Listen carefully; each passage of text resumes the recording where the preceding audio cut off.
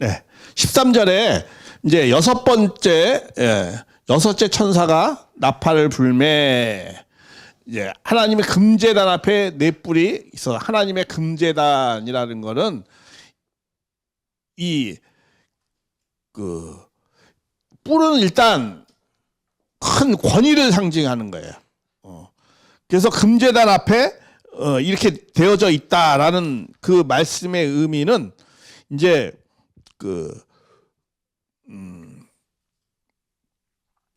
이 마지막 때에 이 금제단에는 이 순교자들이 있잖아요. 순교자들, 하나님의 제단에 있는 그 순교자들을 이 구원해 주는, 뿔이라는 거는 권위, 구원을 상징하거든요. 그래서 넷이라는 거는 이 땅에, 사수는 땅수입니다. 그래서 이 땅의 구원을 한다라는 거예요. 여섯 번째 나팔을 불매 금제단 앞에 많은 희생의 그런 있는 곳에 이 구원이 이루어질 것이다. 그러면서 나팔 가진 여섯째 천사가 말하기를 큰 강 유브라데 걸박한 네 천사를 놓아줘라. 이 네 천사가 어떻게 하느냐? 연월일시가 연월일시라는 건 어떤 작정한 때, 작정한 때에 사람 3분의 1을 죽이기로 준비된 자들이라는 거예요. 이게 뭐냐 하면은 이스라엘은 이렇게 이제 여기 이제 이집트가 있잖아요. 이집트. 그리고 여기 이제 이스라엘이 있고, 여기 이렇게 이제 터키가 있고, 여기 이제 유브라데스 강이 이렇게 흐르고 티그리스 강이 이렇게 흘러요. 근데 이쪽에 이 중동 쪽이죠. 중동 쪽에 누가 있냐면 주로 바벨론, 여기 이제 바벨론이 이제 이라크입니다. 이라크 대강 이제 이라크 정도 되는. 그리고 이라크 또 여기 이제 아시리아, 시리아, 또 여기 이쪽에 이제 사우디 이런 데들이 항상 이 유브라데스 강을 넘어가지고 와서 이스라엘 민족을 침탈해 나가고 침략해 가고 그러거든요. 또 힘이 세지면은 이게 하나의 길목입니다. 그래서 이 길로 이렇게 와가지고 이집트라든가 이렇게 아프리카를 침략할 때 항상 이 이스라엘을 통해서 이렇게 가거든요. 그러니까 여기에 있는 사람들, 여기에 있는 국가들은 항상 이게 사탄편 국가, 이 악마들의 소굴이다 이렇게 생각을 하는 거예요. 이스라엘 민족들은. 그리고 이 바벨론이 여기에서 처음으로 그 우상을 숭배하는 것이 나타나기 시작했거든요. 이게 이제 창세기에 나오거든요. 창세기 처음 시작할 때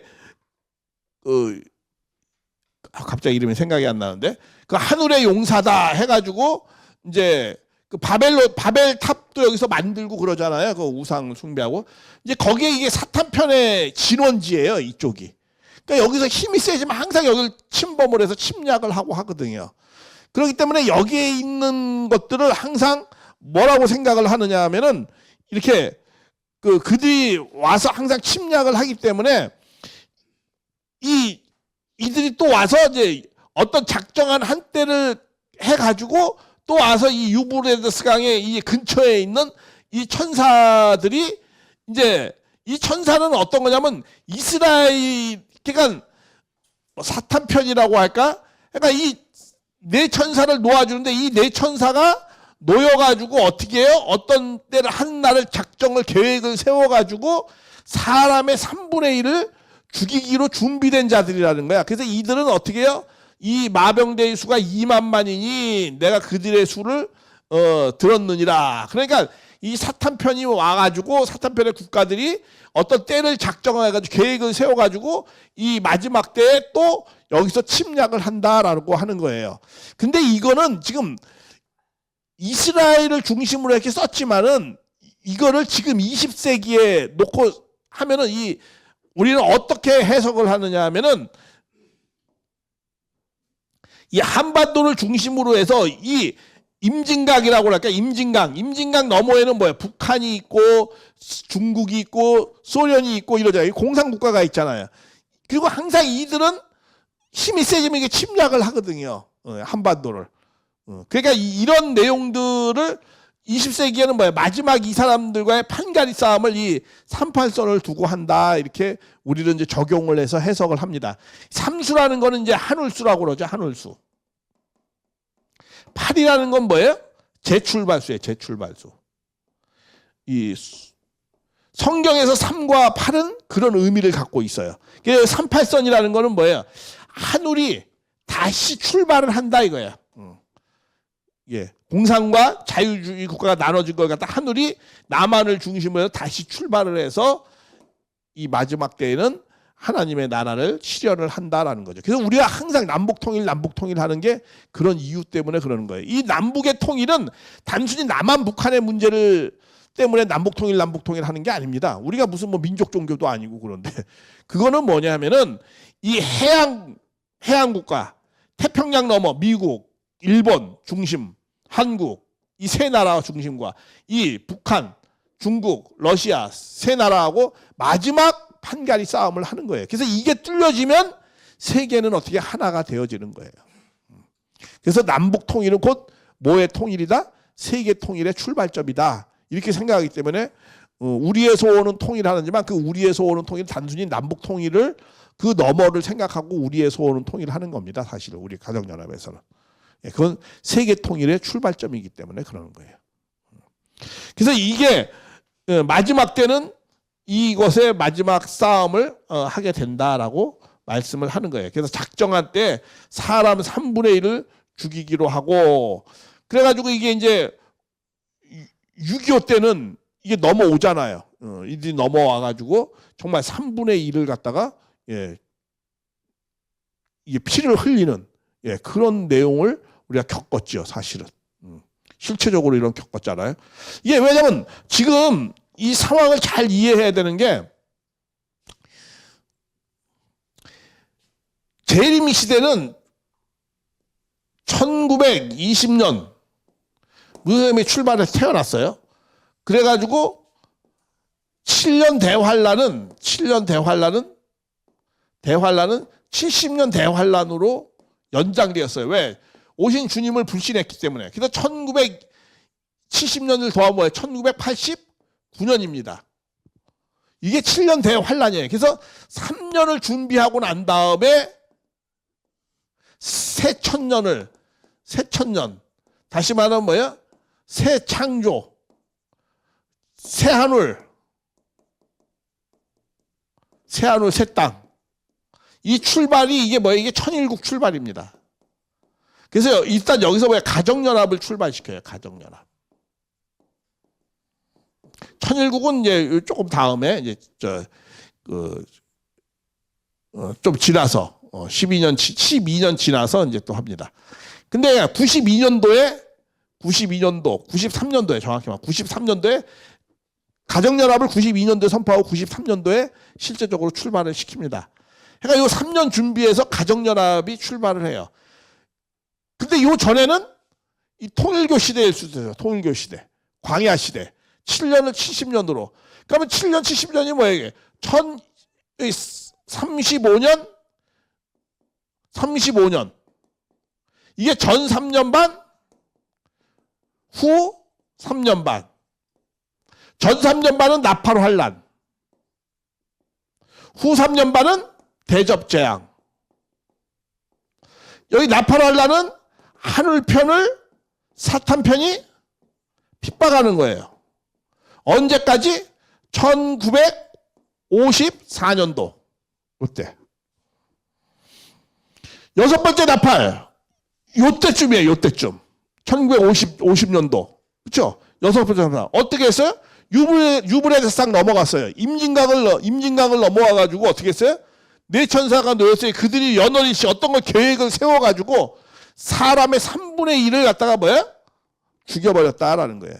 이만만. 이게 실체화로 이렇게 되어진 사건을 적용을 시킬 수가 있어요. 우리 적용한다면.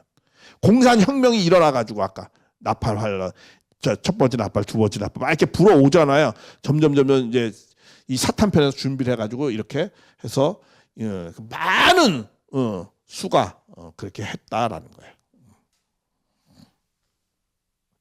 그6.25 전쟁이 끝나고 휴전 협정이 일어나고 그러고 난 다음에 이제 53년도 4년도부터는 54년도에 우리가 뭘 세우는 줄 아세요? 세계 기독교 통일 신령협회를 세워요. 한국 문 선생님이 처음으로 54년도에 세계 기독교 통일 신령협회를 세워가지고 교회 기반을 만들어요. 그 전에는 교회 기반이 없잖아요. 그 교회 기반을 누가 했었어야 되는 거예요? 기독교가 그 기반이 되었어야 되는데 기독교가 불신하면서 기독교 기반이 싹 없어져 버렸어요. 그러니까 이분이 어떻게 해야 되는 거예요? 그 기반을 만들어야 되잖아요. 그래서 1954년도에 기독교 통일신령협회를 창립을 합니다. 기독교를 대신해서. 예를 들면 유대인이 불신하니까 기독교라는 걸 대신해서 제자들을 세워서 만들잖아요. 예수님이. 불신해서 십자가를 못 박히게 하니까. 기독교는 사실 안 생기는 게 좋은 거였죠. 유대교가 되어가지고 하나님 나라를 이뤘어야 되는 거예요. 유대교를 기반으로 해서. 마찬가지죠. 기독교를 기반으로 해서 하나님 나라를 이루었어야 되는 거예요. 근데 기독교 기반이 무너지니까 다시 교단을 만들어야 되잖아요. 그래서 통일교라는 걸 만들어가지고 여기서 출발을 시키는 거예요. 그래서 하늘편이 준비를 하기 시작하는 거예요. 그 전까지는 계속 사탄편으로부터 몰림 받은 거예요. 여기서 준비를 해가지고 1989년도에 여기서 준비를 해가지고 기독교를 어떻게 해서든 그래도 화해하려고 노력을 해가면서 공산주의하고 치열하게 싸워요. 계속 수세에 몰릴 걸.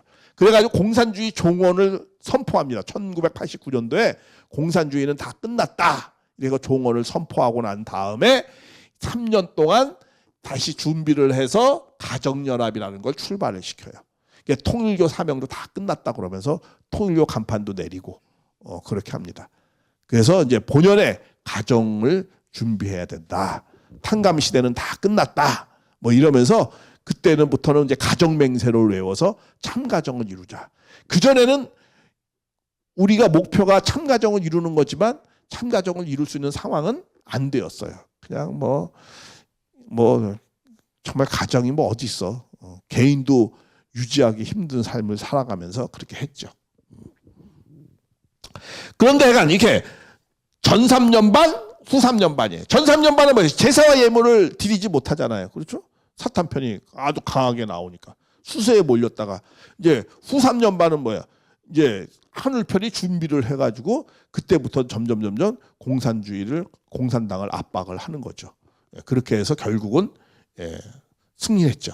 그래서 전 3년 반은 나팔환란이에요. 나팔환란은 뭐야? 사탄편이 하늘편을 핍박하는 거잖아요. 그리고 후 3년 반은 하늘편이 사탄편을 심판하는 거죠. 그렇죠? 심판하는, 전멸하는 거죠. 그러고 난 다음에 이제 새하늘과 새 땅, 19장부터 그런 새로운 세계가 전개가 되는 거죠. 그래서 여기서 이게 이제 두 번째 화예요. 두 번째 화.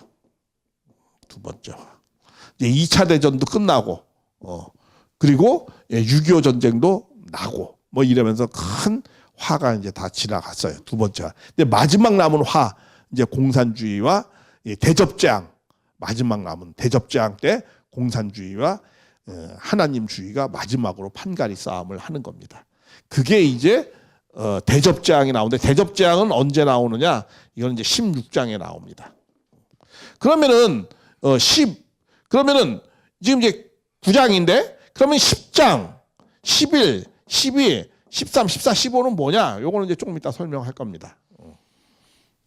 여기도 또 한 번 이렇게 공산주의에 대해 이 내용을 보면은 너무 이 공산주의에 대한 설명이 너무 잘 되어져 있어요.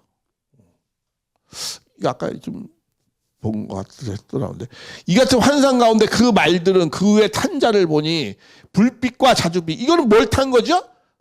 이거 붉은 말이잖아. 그렇죠? 붉은 말. 그 말려 그 외 탄자는 불빛과 자주빛과 뭐 유황과 불말 이게 무슨 붉은 말은 뭐라고 그랬죠? 공산당이라고 했죠. 공산주의를 중심으로. 아까 두 번째 인을 뗄 때 붉은 말을 탄 자가 사람을 죽이기로 작정했다. 뭐 이런 내용이 나오잖아요. 그것도 정리를 한다는 거야. 근데 이제 이게 구체적인 설명이 여기 나오는 거죠. 그래서 말들의 머리는 사자 같고 아주 포악스럽다는 거예요. 그리고 아주 그냥 종횡무진 막 움직이는 거죠. 그리고 그 입에는 불과 연기와 유황이 나오는 거야. 그 입에서. 공산주의 말은 아주 사술행해. 불과 유황과 그런 연기와 이런 거 해가지고 사람을 혼미케 해서 죽인다는 거야. 그래서 이 세 재앙이 자기들이 입에 나오는 불과 연기와 유황으로 말미암아 사람들의 3분의 1을 당하더라. 공산화가 세계에 뭐가 됐어요? 3분의 1이 됐잖아요. 지도를 보면은요 3분의 1이 공산화가 됐어요. 1960년도까지 보면은. 그래서 이 말들은 힘은 입과 뭐가 있어요? 꼬리에 있다. 꼬리는 이게 노동, 아까 그랬죠. 노동자, 농민. 입은 뭐야, 이거는? 사상. 이 공산주의는 말이 많다고 그러잖아요. 그렇죠? 예. 사상과 그 사상을 중인하고 노동자, 농민을 부추겨가지고 뱀과 같고. 야, 뱀이라고 하잖아요. 그게 뭐 그 에덴 동산의 뱀과 같이. 그 배후에는 그런 타락한 천사장이 있다라는 거야. 그리고 꼬리에 머리가 있다는 거야. 꼬리에. 그렇죠? 노동자 농민이 대장이다라고 하는 거 아니야, 공산주의는. 그래서 꼬리에 머리가 있다는 거야. 야. 그러니까 너무 공산주의에 대해서 잘 설명하고 있어요. 그래서 이 재앙이 죽지 않고 남은 자들 손으로 해가 회개치 아니하고 오히려 여러 가지 귀신 또는 보거나 듣거나 하지 못하는 금은도 목적으로 우상을 절하고 또 그 살인과 복술과 음행과 도둑질을 하여 회개하지 않더라. 그러니까 이 재앙에 죽지 않고 남은 자들, 그냥 공산주의라든가 뭐 이런 것에 죽지 않고 남은 자들은 또 그들은 또 다른 것에 뭐 금운동, 뭐 목삭, 우상 뭐 이런 것에 또 절한다는 거야. 이게 뭐냐면 아주 부패하고 썩어빠진 뭐 자본주의라 할 수도 있고 뭐 그런 것에 금운동, 목석과 우상에 절하는 배금주의 사상에 아주 물들어가지고 있는 사람들. 네, 그런 사람들 또 뭐야? 또 살인과 복술과 뭐 점보는 거, 뭐 음행과 도둑질을 회개하지 않더라 이런 거죠. 그러니까 이런 내용들이 다 일어나는 현상은 이게 왜 그러느냐 하면은 다 주님 하나님만으로 하나님을 믿지 않고 하나님만으로 충분하지 않은 사람들 다 이런 행태를 벌이는 거죠. 다 금운동에 추종하고 우상의 재물을 하고 복술, 살인, 음행 다 이게 뭐예요? 이게 하나님의 충만해서 산 사람들은 이런 생각을 하겠습니까? 안 하겠습니까? 이런 행동을 안 하는 거죠. 다 이게 뭐예요? 하나님으로부터 사랑으로부터 하나님의 말씀으로부터 사랑으로부터 내적으로 충만되지 않기 때문에 내적인 것이 물론 외적인 것도 충족이 돼야 되죠.